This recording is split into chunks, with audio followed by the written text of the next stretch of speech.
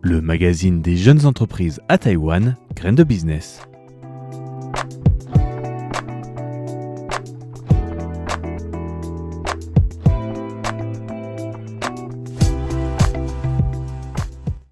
Bonjour à tous et bienvenue dans ce nouvel épisode de Graines de Business avec aujourd'hui le 9e épisode de cette série sur les entrepreneurs et les petits commerces présenté par Lisa Dufaux. Aujourd'hui, je vous emmène à la rencontre de Xu Jiahong, un Taïwanais de 46 ans originaire de la région de Changhua. Xu Jiahong est venu travailler à Taipei il y a une vingtaine d'années et a fait toutes sortes de travails différents jusqu'à tenir pendant 4-5 ans et ce jusqu'à l'année dernière un stand de cuisine végétarienne dans le marché de la rue Wuxing, dans le sud de Taipei. Il y a tout juste 1 an et 1 mois, Xu Jiahong a repris l'épicerie traditionnelle, Zalianghang en mandarin, située juste à côté du marché où il travaillait auparavant. Une décision qui n'est pas le fruit d'un plan de carrière, mais plutôt d'une opportunité qui s'est présentée à lui. Je vendais des gruaux de riz, des soupes de vermicelles, des vermicelles sautées, des aliments mijotés. Ça fait 4-5 ans. Ce n'est pas que ça ne marchait pas, mais les horaires de travail étaient vraiment beaucoup trop longs. Je travaille avec ma mère et comme elle commence à être âgée, je ne voulais pas qu'elle se fatigue trop. Il faut savoir qu'en vendant sur le marché, on doit se lever très tôt. Ma mère commençait à préparer la nourriture à 5 heures du matin et on enchaînait avec la journée jusqu'à 9 heures du soir, sans vraiment prendre de pause entre-temps. Et puis il fallait nettoyer et fermer le stand. Donc on finissait souvent à 11 heures du soir. Comme ma mère a bientôt 70 ans, j'avais vraiment peur d'abîmer sa santé. À un moment, mon bail pour l'emplacement du stand arrivait à son terme et le propriétaire voulait augmenter le loyer. Et c'est à ce moment qu'un ami m'a dit que cette épicerie allait fermer. L'ancien patron de l'épicerie, qui avait tenu la boutique pendant 25 ans, cherchait à prendre sa retraite, mais aucun de ses enfants ne voulait lui succéder. Quand j'ai entendu ça, je suis allé discuter avec le patron de l'épicerie, que je connaissais déjà puisque je me fournissais chez lui pour mon stand de cuisine végétarienne. Ensuite, tout a été très rapide. J'ai pris 2 semaines pour discuter, apprendre comment il tenait la boutique et pour réfléchir. Et puis, j'ai pris ma décision. Tenir une épicerie est assez fatigant et les horaires sont aussi longs. On ouvre la boutique à 8 heures du matin, puis on commence à ranger à 8 heures et on ferme boutique à 21h30, voire plus tard parfois. Mais au moins, on a plus de liberté et on peut un peu mieux contrôler notre temps. Et puis, on n'a pas besoin de mettre les mains dans l'eau, de toucher les aliments ou les produits tout le temps, comme avant. Ma mère avait beaucoup d'allergies à cause de ça. Donc là, ça va beaucoup mieux.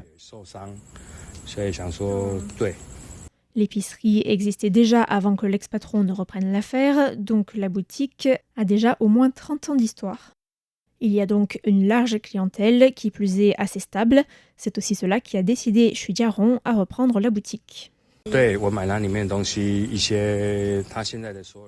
J'ai racheté le fonds de commerce, environ 2,3 millions de dollars, ou 62 000 euros, pour les produits, plus 200 000 dollars, ou 5 300 euros, pour les équipements et les meubles tels que les frigos. J'ai fait un prêt bancaire pour racheter le fonds de commerce, qui s'est rajouté à mon prêt immobilier, qui est sur 30 ans. Le nouveau propriétaire de l'épicerie se dit plutôt satisfait de ce qu'il a gagné au cours de cette première année, même s'il s'inquiète de la hausse du prix des loyers. J'ai gagné pas mal, oui, plus qu'avec le stand de cuisine végétarienne, tout en travaillant moins. Par contre, le loyer est vraiment cher et le propriétaire est un peu... Il m'a dit qu'il augmenterait le loyer de 5 000 dollars, 135 euros, tous les 2 ans. C'est vraiment énormément de pression. J'ai signé avec lui un bail de 5 ans.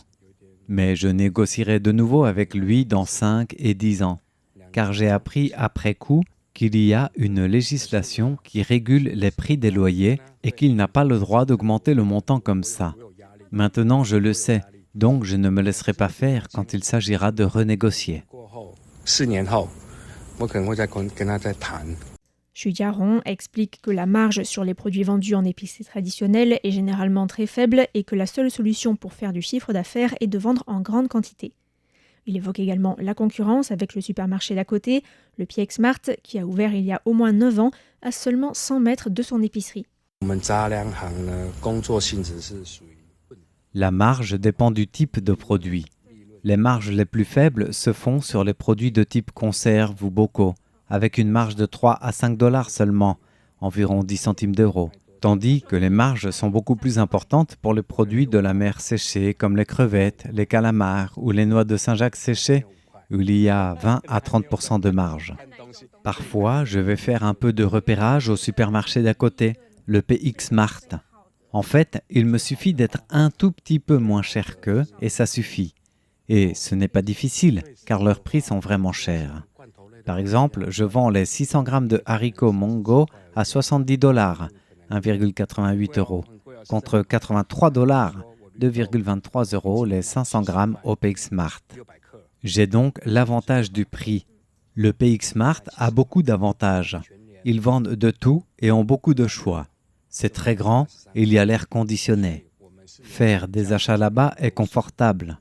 Mais je pense que beaucoup de gens continuent à aller dans les épiceries traditionnelles comme la mienne, car ils savent que nos produits sont plus frais. À l'époque, quand le PXmart d'à côté s'apprêtait à ouvrir, le patron de l'épicerie était très inquiet et avait peur de devoir fermer boutique. Peut-être que le chiffre d'affaires a quand même baissé et que ce n'est pas aussi bien qu'il y a 10 ou 15 ans, mais la boutique continue de marcher et à générer du chiffre d'affaires.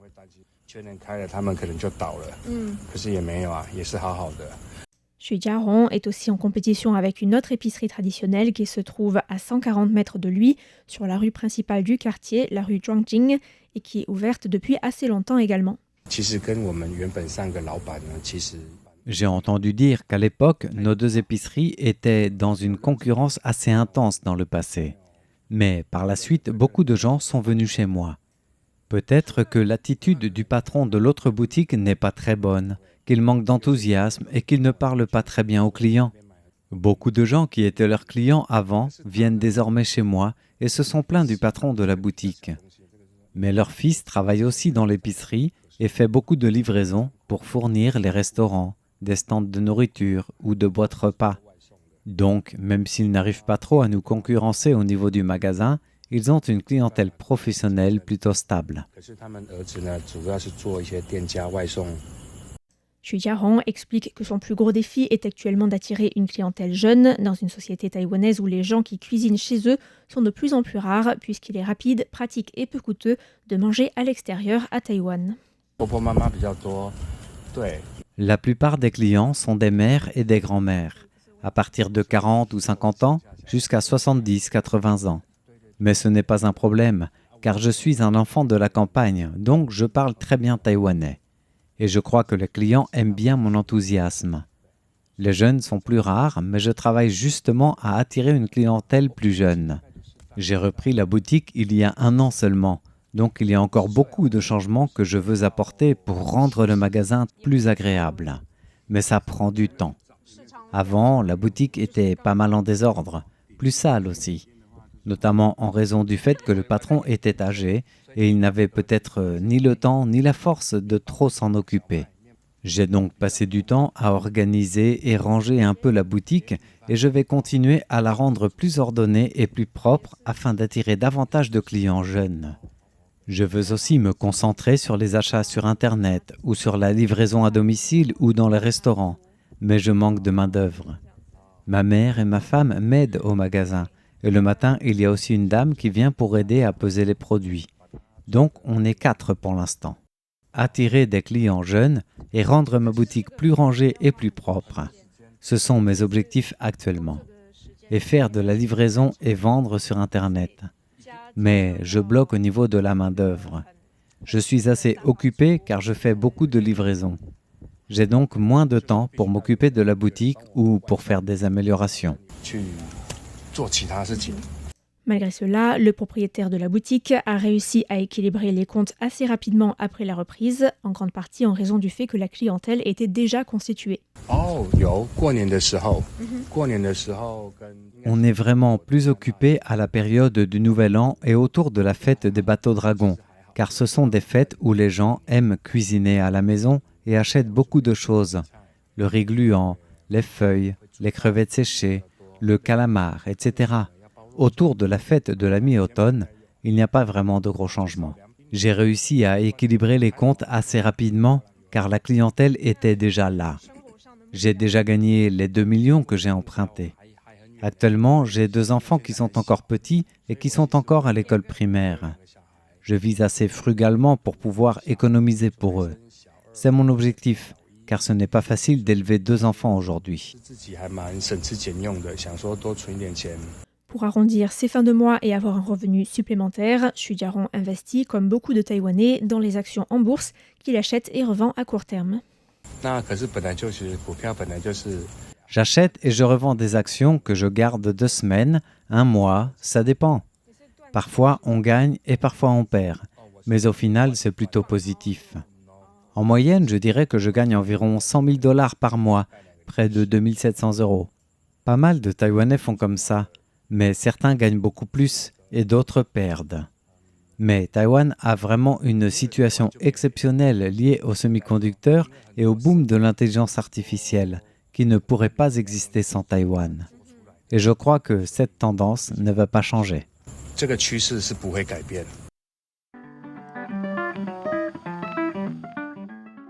Nous arrivons déjà à la fin de cette émission, mais je vous donne rendez-vous jeudi prochain pour un nouvel épisode de cette série Graines de Business sur les entrepreneurs de petits commerces. Merci à tous pour votre écoute et à bientôt sur Radio Taïwan International.